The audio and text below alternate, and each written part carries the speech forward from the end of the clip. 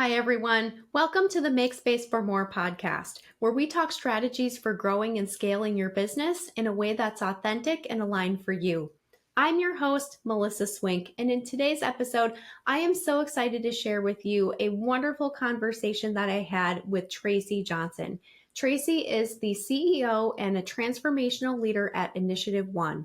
Tracy conveys complex principles to leaders in practical terms. As a result, leaders are able to implement ideas that effectively diminish drama and distraction and deliver increased results. Working with the InitiativeOne proprietary process for nearly 20 years, Tracy understands the leverage points that will push leaders beyond their comfort zone. Tracy, welcome to the show. I am so excited to have you here. I'm incredibly grateful for your time today. I know as a busy CEO and doing all the things and running your company and serving your clients and your family and all of the things, I'm so excited to dive into kind of your story of InitiativeOne and how the company kind of came to be, how it's evolved over time, how your role has changed and evolved over time, and diving into all things, related to team and, how you kind of determine what your priorities are, based on the goals of not only the organization, but also where you're kind of at personally in life. So all of that being said, before we dive into kind of the nuts and bolts, why don't you tell our audience just a little bit about you to get us going? Yeah, thank you, Melissa. It is awesome to be here. And first of all, I just want to say I'm so grateful that I found Melissa Swink Company, because as I took over my role as CEO at InitiativeOne, you were a really, really important part of that transition for me. So thank you for all of that you have done and that your team has done. Thank you. I appreciate that shout out right out of the gate. That's a good way to start a Right conversation. out of the gate. We have A testimonial that, didn't even see coming. So thank you for that. We really enjoy working with your organization. Like I said, it's one I truly admire. So thank you. yeah. So let me tell you a little bit about my background. I actually have 20 years of nursing experience, transitioned into InitiativeOne as the Chief Operating Officer in 2006. Dr. Fred Johnson, our founder, actually has been in business for about 25 years. And I joined him probably about year 6 or 7. And at that time, I really took over that CEO role, working on a lot of details and things to make the organization stronger, better, provide excellent client services, all of the things that we do day in and day out in our business today. As I transitioned into the CEO role, Fred, as founder, decided that he really wanted to take a step back and stay in the space that he is really excellent at, which is speaking engagements and connecting, doing some very high level executive coaching, even with NFL teams. So he actually is able to be very focused on our clients at this point and really meeting the needs of the clients. For me, stepping into the CEO role then, because I had so much attention on detail within the organization, one of my biggest hurdles was stepping out of that day-to-day detail, right? Yes. And I think that's when you and I met. I'm like, yes. someone to help keep me organized and keep things moving when I'm out delivering services and meeting with clients and all of the things that needed to happen as we pivoted roles.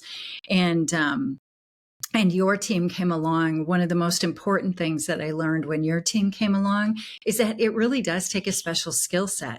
Be able to keep that organization, take care of details, keep things moving forward, and to find someone who's really gifted in that area.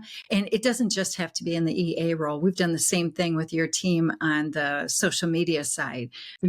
Tapping into some of your content writers who are excellent writers, by the way. And as they have gotten to know our brand voice, it continues to get better. It makes a huge difference. It's not even finding good people or great people. It's also finding the right seats for them. Yeah. And that's what, for us, we teach leadership. Right? Yes. Like that's the beauty of the partnership. Whenever you have a partner that can complement the things that you're doing, that is a win-win. And that's what we found with your team. They just are really excellent at what they do. Yes. It's interesting that you brought up even Dr. Fred, where he started the organization and he grew it to a point where, you have this incredible organization and he found that he really enjoyed working with the clients. That's really where he wanted to be. And I think that's so interesting because when I even think about I should say, professional journey as a CEO, and a lot of our clients where we started, really being hands-on working with clients. And then we started to, kind of lead the organization and step out of client work. And Fred's true desire was to step back into it. So I think that's really important is, following where you're really being led Yes. as Yes. well. So Mm-hmm. he is so good at what he does when he's in with the clients. And, it's where we call it, it rings the joy bell of his heart. Like that's Yeah. where that's what lights him up on a day in and day out basis. He wants to be able to help organizations really accelerate change. Mm-hmm. And he loves pushing people out of their comfort zones. And so he's in that space. He's doing a lot of great work, and he doesn't have the, how do I want to say, the thinking long term in terms of what's our business strategy, what are the development needs of our team, how do we build Yeah. our team out from here. And so I've stepped into those those strategic areas in the company at this point. For sure. For sure. Taking a little bit of a step back, I'm just curious, how has your clientele evolved over time as well? I would imagine that you started working with a particular type of, clientele, and that has continued to grow and evolve over the years as well. Yeah, when Fred's early years, he started big. He's one of those Okay. leaders that very visionary. He worked with a Mhm. lot of really great organizations in the beginning out in Scottsdale. Okay. Healthcare was a very large component of the work. We still work in healthcare today. Mhm. We also worked heavily with manufacturing. Um, I'm trying to that some of the companies that he worked with out there. Caterpillar was a company that he worked with, For very sure. big manufacturers. And so we still work with manufacturing. When he relocated the company here to Wisconsin, one of the beauties of that was we're heavily manufacturing. And so we've been able Mhm. to continue that here in Wisconsin. Awesome. Then we pivoted probably about 5 or 6 years ago. We saw a significant need in public education. And Mm. again, our work is it's very close partners with our clients that we work with, or we're usually with them for anywhere from 2 to 5 years. And then oftentimes we go back in Mhm. after that period of time. So public education was a significant need after the pandemic. Right. You saw a lot of teaching staff discouraged. You saw a lot of polarization, and Mhm. people, that can be pretty traumatic to people who are trying to do good work, make a difference with Yes. kids, and really drive results for the school districts that they're working in. And we found that working in public education really has been extremely just amazing to work with. And not only are we impacting the administration and teachers at this point, but we're seeing data and results coming back on student achievement going up in the school districts we're working with, because people are on purpose and they've worked Yes. through the trauma of pandemic, and it's Mhm. really gone very well for us. And we brought in some excellent partners, superintendent partners, and it's helped us grow significantly. One of the things you asked, how do we grow? How do we expand our business? Word of Right. word of mouth is actually our biggest go-to. If we Mhm. have raving fans out in the market, they actually do our amplifying of our voice, rather than us doing the amplifying of our voice. We can share data, we can share information, but that word of mouth referral matters. It's gold to us. So we want Yeah. to always deliver the needs of the clients that we're working with. Mhm. Serve your clients well at the end of the day. That's Yeah. really the golden rule of owning a successful business, right? The Yeah. rest the rest are details that can be sorted out. But if you don't have that customer experience and satisfaction, it's really hard to do anything else, for sure. Absolutely. Mhm. Mhm. So now you talked about how, Dr. Fred's role has evolved and how your role has evolved. How has your team evolved over time? In the beginning, I would imagine that Fred had maybe an assistant or somebody helping him out when he was kind of getting everything off the ground. And now, of course, you have quite an impressive team. Yeah, we have grown, and one of the keys that we have found is, again, finding the right people for the seats that we have. And so we have about 6 leaders that are executive leaders, have experience as executive leaders. We're very proud of each and every one of them and the work that they do. Many of them are doctorate prepared and very wise and good counsel for the clients that we serve. So in public Sure. education, we have Dr. Margaret and Dr. Phil who really focus on public education and growing out that area. In the office, Regina is one of our teammates that she does excellent work for our clients who come in for mixed groups. And she does a lot of manufacturing around here. Okay. Dr. Andy Chisel is another one that we have on board. And so you have to have enough support for each one of those facilitators that are going out to meet the clients and be with the clients from a coordination standpoint. For and sure. So as that facilitation team grows, the support team has to grow, right? Like, Yes. it matters. It matters to our clients. And so that internal team has grown quite extensively. And one of the things that I've learned from your team is, again, putting the right people in the right seats matters. Yes. Because they have different gifts. They have different gifts and abilities, and making sure that you've got the right people. And if you don't have them internally to your company, don't be afraid to reach out for some fractional help, because Right. there is really great fractional help out there. Yes. I want to unpack so many things that you talked about, even just with your facilitators, where you truly know, like, this is what they're truly gifted at. This is where they can make the biggest impact. And it certainly isn't, sitting behind a computer and organizing a spreadsheet and putting their own slides together for the next training. That's just not the best use of their time Right. or their talents. Right. And Mhm. listen, that's where you get procrastination, right? Like last minute stuff, because it's not their favorite thing to do. You're And so right. aligning hearts and talents and all of that, you can see it in people. You can see when they light up, when they're doing the work that they really love to do and that they're very gifted at. Yeah, yeah. So you had brought up even bringing in fractional team and Mhm. outsourcing, or bringing in outside contractors. There's a lot of different phrases that people would use for it. What would you say was one of the first things that you outsourced, or maybe that you oversaw being outsourced? We'll start there. Yeah. One of the areas, even before we met you, one of the areas was really trying to build out sales processes and sales teams, and having somebody come in and help us train with that. And we continue to do that. Any organization that it needs to grow or scale, you have to have a sales process in place. We Right. call it our partnership process internally. So initially we would bring in part-time subcontractors to help us, Mhm. to help grow footprint and things like that. Some of them worked out, some of them didn't. And Sure.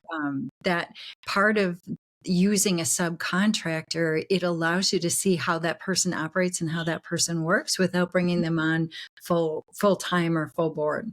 Yes, And you're right. and it gives you flexible staff. And Mhm. so for those of us who've had banking requirements before, not to have that, that you can have expandable salary, and when you don't have work to do, you don't have that expandable salary. That's been very helpful, and banks love that. So Right. Yes, absolutely. I love how you talked about, and you address this. I want to unpack this a little bit more. Even the experience of working with an outside contractor, because essentially you, Initiative One, are an outside contractor, or you partner. Um, you have much better words for it. But at the end of the day, you're partnering with these organizations, and you yes. don't, they're not bringing you in as a full-time employee. So there's a lot that you can learn even as a client of someone else's, of here's what worked really well. I would love to incorporate this in, the work that we're doing with our own clients. I would imagine you've learned a lot even as a consumer of services over the years too. You're so spot on. One of my my purpose statement, like we get our clients down to a really clear purpose statement. Mm. My two words are, I exist to help others through learning and activation. So when I'm in a client organization, I am not just there to provide my expertise. I'm there to learn from them. And so one of the important things, you have to be really gifted at active listening and learning and understanding. And so all of that information that I learn in our client organizations, because yes, we are there as an extension, always Mhm. as an extension of their senior executive team. Right. And Yeah. so we have to, we have to really understand their strategy, understand their goals, make sure that we're conveying that in a really good way. Mhm. Because what we talk about or what we teach is leadership transformation. Right. But the sweet spot, the differential for us is we're able to help people apply that to the organization strategically as we're going through the process that we have worked, that we work with them for an extended period of time. And so Mhm. you're constantly learning and absorbing, and you really are one of their Mhm. subcontractors. Yep. And so Mhm. you have to know them, you have to understand them, you have to know, how do you motivate their staff? How do you inspire them? How do you make sure that you're Mhm. assessing them in the right way, getting people in the right seats, all of the things that you're talking about. Yes. And even remember from my consulting days before I started my virtual assistant services company, remember buy-in was also very important. You need to establish rapport and buy-in so Yes, that you can get everybody engaged with what you're trying to accomplish. That's a huge absolutely. piece. Hmm. Absolutely. Yeah, absolutely. I'm just curious, what are some of the things that you've invested in as an organization over the years that you would highly recommend to others to check out? Yeah. Let's see. Invested in, like, Yeah, so, things that you've invested in, maybe personally for your own growth, or maybe key partnerships that your company has invested in over the years. We'll start there. yeah, we have, certainly, we don't speak often to this, but Fred and I really are philanthropic. So we do often support a lot of the local charities around town, specifically Rawhide, specifically Okay. Howard Swamico Education Foundation. Um, there's On Stage for Cancer group that locally. So we really try to support the nonprofits around the community and use our time, talents, financial resources to actually help them when they need that help the most. The second thing I would say is investing in a place to bring our clients for innovation and for getting out of their space, give them some space to really think outside of their own day-to-day routine. That has been instrumental for us. And in that investment, we do our monthly think tanks where we offer, really, it is a complimentary 1 hour, 45-minute speech that Dr. Fred puts on.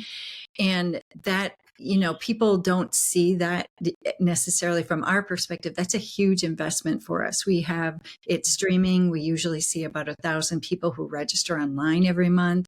Mhm. So it's carrying out a very significant event on a monthly basis, which on our side, that takes some effort and energy from our team. Our team is amazing at orchestrating it all at all times. Creative Edge has been an amazing partner of Okay. ours. They Yes. come in every month and record that and stream that and allow us to break that up into social media pieces. Super helpful. And again, for us to have that talent internally to InitiativeOne would not make sense. And so that's Yes. another example where a partnership really works very, very well Mhm. in, as an extension of who you are as a business. So Yes. Yes. So many things that I love that you mentioned. The philanthropy, that's not something that often comes up directly in conversations that I have with clients and guests on the podcast, but it's something that is very top of mind for so many because, again, they're building organizations and companies that are authentic and aligned to them, and giving back is a huge piece of that. So I think that's something that we as entrepreneurs and CEOs don't talk about enough because so many of us are just doing it naturally. So yes. it's great to actually talk about it and address it on the podcast. Your building is beautiful. I have been there a handful of times for Think Tank, and I'm so glad you brought that up because that's one thing that I wanted to make sure that we talked about on the podcast. because you're teaching, leadership transformation. And so if someone is not necessarily part of one of the organizations that you're partnering with at the moment, a great way to kind of get into what you're doing, get involved in what you're doing is through Think Tank, whether it be in person in Green Bay, Wisconsin, or even if you live, in a fairly close vicinity to Green Bay, it's well worth the drive. But you can also join online as well. Do you want to share a little bit more about when Think Tank is held and where somebody might be able to get plugged into that? Sure. If you go to our website, InitiativeOne.com, we have an actual click on Think Tank, and it'll give you the registration information, the dates that it happens, the topic that we're covering that month. And the topics are always relevant topics that are really impacting our clients that we're working with out in the communities. So we always brainstorm that and come up with ideas of what's hot in leaders' minds right now, essentially. And so Dr. Fred has such an amazing way to really help people dig even deeper, even deeper. It always amazes me how he puts his content together every month. But I want to comment on that. One of the things that we love, it energizes us. It's one of those things we love to do every single month because it brings our community of leaders, of like-minded leaders together. And it's not just about the speech. It's about walking out there and having made connections, whether it's we have watch groups across the country. So we have groups down in Georgia that are rooms of like 100 people or 200 people. And so they bring their community together, and the topic provides that important, how do we sharpen, how do we get better? And that dialogue can happen then within the team. So we welcome, rooms of teams. We welcome individuals who are online. It's really just meant to bring our community together and be forthright or forward thinking in terms of their own leadership and what they really should be considering or thinking about for development of their own team. Yes. Yes, I highly agree with that. And I want to make sure that I highlight this for our listeners is that I was at a conference about 2 years ago. One of our clients puts on a women in business symposium down in Milwaukee. And one of their keynotes was talking about just the way that her own leadership had evolved over the years as different roles that she had taken on within her company. And she was also in healthcare. And she talked about how in the early years, being promoted to a supervisor and a manager, those promotions were heavily based on really knowledge experience, right? They knew the job. They were the best one in their medical billing department. So they became the supervisor, and then they became the manager and the department head. And then she talked about when she started to become, C-level and, ultimately became the CEO of this organization. She's like, I was starting to lead people that I had no clue how to do their jobs. And she's like, that was a huge shift for me because my leadership was more on, developing the team and the vision and the mission of the organization, not on how the best practices to do the thing. Yes. And so I think Tank's a great way to, maybe step out of some of the day-to-day doing leadership that, you may be working with a small team. And this is more to develop you and, how you influence others as well. Yeah. Melissa, thank you for sharing that because it is, you get think tanks. That's what that tells me. You get the work that we do. And, you have to have technical expertise in your organization. And you also have to make sure that you're building trust and relationships out in your organization so that people will follow. You have to have high trust with individuals and that they know the technical skill. And, that's one of my big learnings in stepping into the CEO role. I have to let go of all of those details of knowing how things are done. My team is stepping into changes and I have no idea what they all are, but I know it's happening. Yes, they're implementing new systems or developing new processes. And sometimes the team will hop on to like, what do you think? And like, I don't even know what you mean. Yes. Like show me and I can tell you, if they're just if we have a group chat of, hey, we have a client who's trying to do X, Y, and Z, they're using this system and they're like, Melissa, do you have anything to add? Yes. No. That's where I find myself. And so it's and so think tanks allow as those leaders are making those transitions to be thinking about things differently than just the tactical day to day. Yes, I remember, and Dr. Fred's teachings are just so timely and so relevant. I remember even we talked about the sacred cow a couple months ago, Oh, and I'm just like, you're right. You're right. I was starting to think about that. So, for those of you listening, we'll grab a replay of that. I'm sure it's posted somewhere on the web. We won't link dive it, into that, but link it. It's great. yes, That was yes, we will link that one. one of the very, very well done think tanks. Yes. It was well. Yes, but it's essentially a good reminder. Just a little snippet from that was, even if you have somebody who's a high performer or they bring in a lot of clients, if, they're somehow, having a negative impact on the team or the organization, it's not worth it. Well, And you all need that to address it.